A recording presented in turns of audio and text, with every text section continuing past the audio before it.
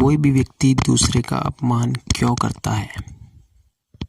नमस्कार दोस्तों, तो आज हम सुनेंगे श्री कृष्ण की अमृत वाणी। किसी भी मनुष्य में अपना अपमान सहन करने की क्षमता नहीं होती। आखिर अपमान निराशा का सूचक है।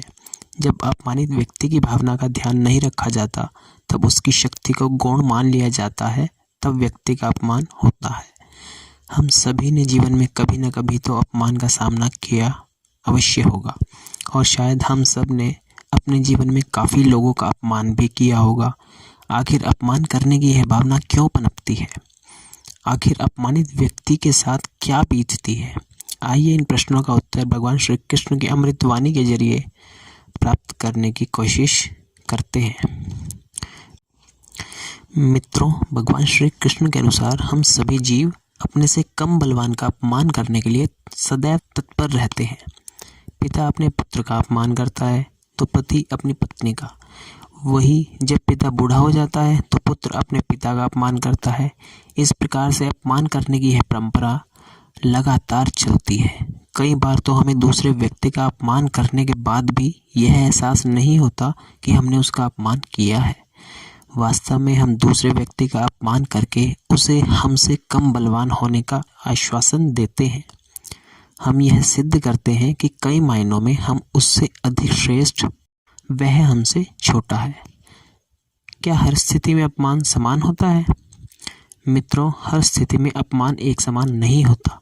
यह इस बात पर निर्भर करता है कि जिस सिलसिले में हमारा अपमान हुआ है उसमें हमारी क्या भूमिका है। यानी कि अगर हमने कोई गलत काम किया है तो वह अपमान हमारे लिए गलत नहीं है। यह वास्तव में हमारे द्वारा किए गए गलत कार्य का परिणाम है। लेकिन तब क्या जब हमारी कोई गलती नहीं है लेकिन फिर भी हमें अपमान सहन करना पड़ता है?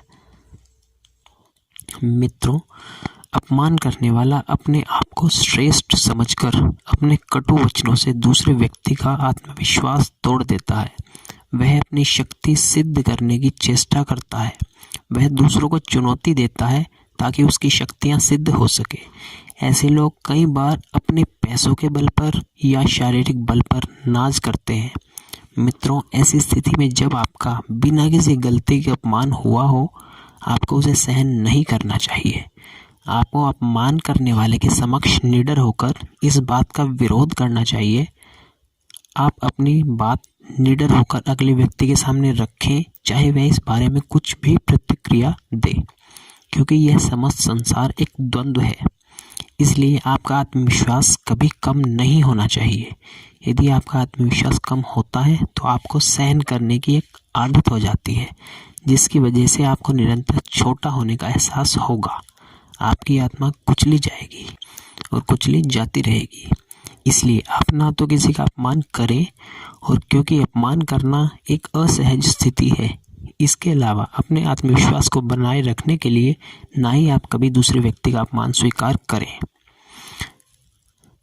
तो ये थी श्री कृष्ण की अमृत वाणी। तो इसमें यही बताया गया है कि आप किसी भी प्रकार से ना तो किसी का अपमान करें और ना कभी अपमान सहें। अगर आप सही हैं तो बिल्कुल अपमान ना सहें। आई होप आपको ये जानकारी बहुत अच्छी लगी होगी। तो वीडियो को ज़रूर लाइक करें। इसी टाइप की आप और वीडियोस चाहते हैं तो चैनल को ज़रूर सब्सक्राइब करें, नोटिफिकेशन बेल ऑन करें। Thank you very much.